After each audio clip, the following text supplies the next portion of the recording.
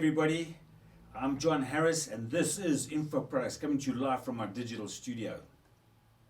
How do you create the perfect offer? You need to have a correct or the correct type of structure. You need to structure it properly, and then you obviously need to have the correct content. So a lot of people ask me, how do you go about doing that? So really there are 6 steps that you need to take into consideration when you're looking to set up the structure for the perfect offer. You really want people to want so much what you're telling them that it excites them so much that they take action. It's all about getting people to take action, to get their credit card out their wallet, to take action. So you've got to design something and create something that really has that kind of capabilities. So step number 1 is the benefits. So remember, you got features basically and benefits. A feature is something that a product or a service that it has, and the benefit is what it will do for the customer. What does it do? So this is what here's a way of understanding that. Look, what you want to do is you want to sell the whole and not the drill. You're selling the result. Okay, so that's what it does for it, and that's what the benefit is. People want to understand things in terms of benefit, what it's going to do for them. So here's a couple of questions you can ask. Your product has got to solve their biggest problem, and the way you can frame this is to say, what's the biggest challenge you're having right now with whatever it is that they focused on. And then you can say, how hard has it been to find a solution? So look, if it's easy, then you're not going to have a valuable product or a very valuable service. The more difficult that is to find that solution, the more profitable you will be. So that's the first thing you're going to look at is the benefits and set up in terms of benefits, and you're going to look at the needs and wants whilst you're doing that. Step number 2 is the bonuses. So you want to use bonuses really to over-deliver. And another way of utilizing the bonuses is to help them solve some extra objections that they may have. So if your bonuses, you don't want it to be the same as your main solution.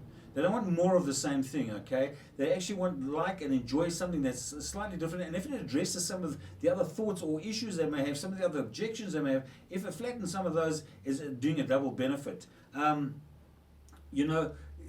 That objection solving can be handled up front as opposed to at the end, when it just gives them an excuse to get out of taking further action. Step number 3 you want to look at is pricing, and you want to actually have you want to prove, and you want to have price that you actually give it some kind of value that they understand what they're paying for, in terms of that they're getting a better advantage than you. So if they feel, listen, for this price it's better off, they're getting more advantage than what you're giving, more than that, and then you getting back, they start to feel a bit more excited about it. So a way to frame this is you can use a question. Look, what would it mean to you, and what would it be worth to you to have this solution? So that price justification is very, very important, and there's a couple of ways of doing it. You can have a high price. You might be selling something, look at a retail, or you can see it online for $1,297, and then you can say, look, something like, for action takers, for you being here today, we can give you a special discount for action takers. Let's say take $300 off the price, so you're going to get it today and today only for $997. Something along those lines, where you're dropping price and giving them a good opportunity. The other way to do it, of course, is to stack. So what you're going to do here is you're going to get them to have a fixed price, and then you're going to add value. So this way you don't have to discount all the time and come out at a lower price. You're going to have a fixed price, and you can start to add value. You stack and stack and stack and stack until they say, crikey, that's the most amazing offer I've ever seen. And you're obviously going to have your bonuses included in that. And we don't really like to end on bonuses, because that's the last thing they remember, is basically the value you're getting, not the total discounts. So further to that, you can look at payment options. Just to make it easier for them, other than a one-time payment, maybe a split payment, even up to 6 months. So I don't really advise it, but 3 months you can have a split type of payment for them to follow. Step number 4,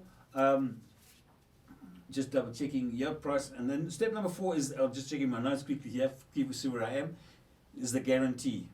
So you are selling a product, so you, especially a product you got to have a guarantee. Okay, so really there are 3 types of guarantees, and I'm not giving you the legal jargon here. You need to go to your professional, your lawyer or whoever to give you that. But the 3 types of guarantees, you can have a term guarantee, which is something like a 30-day guarantee, give back guarantee. And as I've mentioned before, you need to get them to take an action in order to get any returns. So you don't just give it back. They need to actually do something in order to give that guarantee if they're not happy with the product over a period of time. The other one is performance guarantee.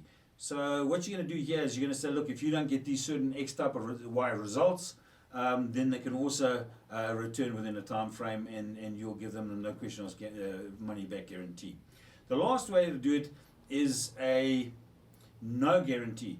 And this kind of happens with consulting. I mean, I used to be in travel management consulting, and what do? You're not going to give a guarantee, but you know what you can do here is you're going to give them tools, and you do certain work through certain tools, through platforms, and you may have an SLA, a service level agreement that you both adhere to, and obviously you have resolution if there's a breach of that agreement.